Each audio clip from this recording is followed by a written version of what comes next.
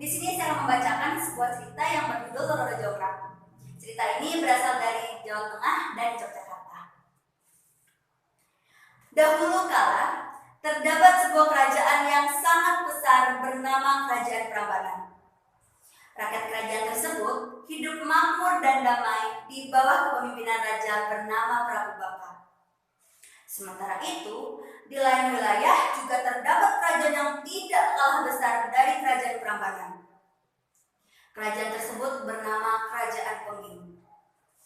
Kerajaan Pengging terkenal dengan sangat arogan dan selalu ingin memperluas wilayah kekuasaannya. Kerajaan Pengging memiliki seorang kesatria sakti bernama Bondowoso. Ia memiliki senjata yang sangat sakti bernama Bandung. Oleh karena itu, ia dikenal dengan sebutan Bandung Bondowoso. Tidak hanya itu, ia juga mempunyai bala tentara jin yang selalu membantu dan juga melayani keinginannya. Suatu ketika, Raja Pengging memerintahkan Bandung Bondowoso untuk menyerang Kerajaan Prambanan. Keesokan harinya, Bandung Bondowoso memanggil seluruh bala tentara jinnya dan berangkat ke Kerajaan Prambanan. Setibanya di sana, Bandung Bondowoso dan bala tentaranya langsung menyerbu masuk ke dalam kerajaan. Tanpa adanya persiapan, membuat Raja Baka dan pasukannya kalang kabut, dan perang ini membuat Prabu Baka dan pasukannya tewas. Akhirnya Bandung Bondowoso berhasil menduduki Kerajaan Prambanan. Kabar keberhasilan Bandung Bondowoso didengar oleh Raja Pengging dan ia merasa sangat bahagia. Raja Pengging pun mengutus Bandung Bondowoso untuk menempati Kerajaan Prambanan dan mengurus segala isinya. Pada saat Bandung Bondowoso menempati istana Prambanan, ia melihat seorang wanita yang cantik jelita. Wanita tersebut adalah putri dari Prabu Baka yang bernama Roro Jonggrang. Bandung Bondowoso menaruh hati kepada Roro Jonggrang saat melihatnya. Tanpa berpikir panjang, Bandung Bondowoso memanggil Roro Jonggrang dan langsung melamarnya. "Wahai Roro Jonggrang yang cantik jelita, bersediakah engkau menjadi permaisuriku?" tanya Bandung Bondowoso kepada Roro Jonggrang. Mendengar pernyataan tersebut, Roro Jonggrang terdiam dan bingung.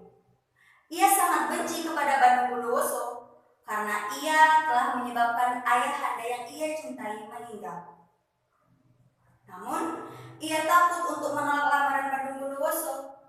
Akhirnya, setelah Roro Jonggrang berpikir sejenak, ia menemukan satu cara agar Bandung Bondowoso tidak jadi menikahinya.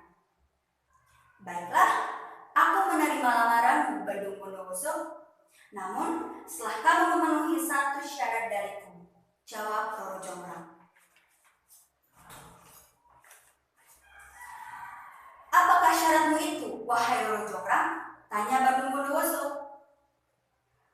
"Buatkan aku 1000 candi dan 2 sumur dalam 1 malam," jawab Roro Jonggrang memberikan syarat yang ia minta.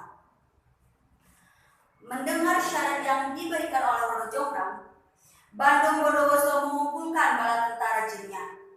Dalam waktu yang singkat, semua bala tentaranya sudah berkumpul dan langsung membuat sumur dan membangun 1000 candi dengan sangat cepat.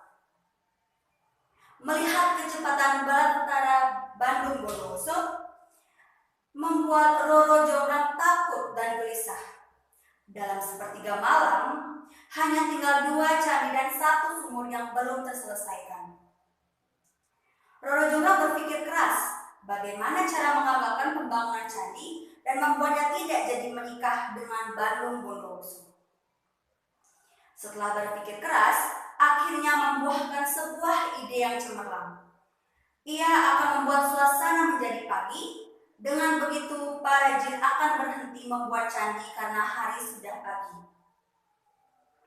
Roro Jonggrang pergi untuk mengumpulkan para dayang-dayang yang ada di dalam istana Prambanan.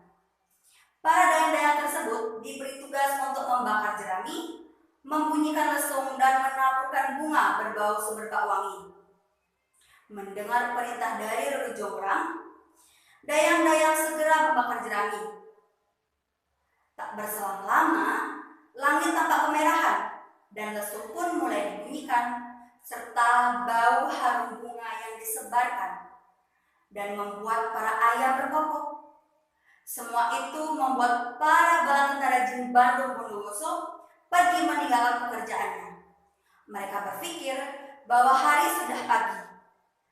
Melihat bala tentaranya pergi, membuat Bandung Bondowoso marah dan berkata, "Hei bala tentaraku, hari belum pagi, kembalilah dan selesaikan pembangunan candi ini," teriaknya. Para bala tentara Bandung Bondowoso tetap pergi dan tidak menghiraukan perintahnya. Bandung Bondowoso pun gagal memenuhi persyaratan yang diberikan oleh Roro Jonggrang.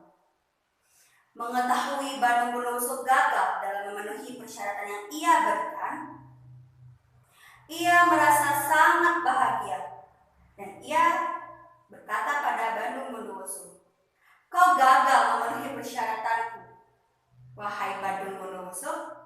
Mendengar ucapan Roro Jonggrang membuat Bandung Bondowoso semakin marah. Dengan nada yang keras, Bandung Bondowoso pun berkata, "Kau yang curang, Roro Jonggrang. Kaulah yang menggagalkan pembangunan 1000 candi yang kubangun. Untuk itu, kukutuk kau menjadi 1000 candi yang kubangun di sini."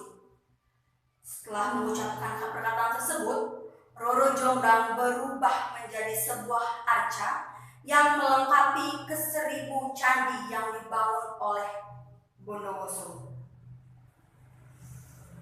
Arca Roro Jonggrang sekarang dikenal dengan Candi Roro Jonggrang di antara 1000 candi lain yang diberi nama Candi Sewu. Sekian dongeng dari saya. Jika ada kesalahan, saya mohon maaf. Saya ucapkan terima kasih atas partisipasinya. Om Santi Santi Santi.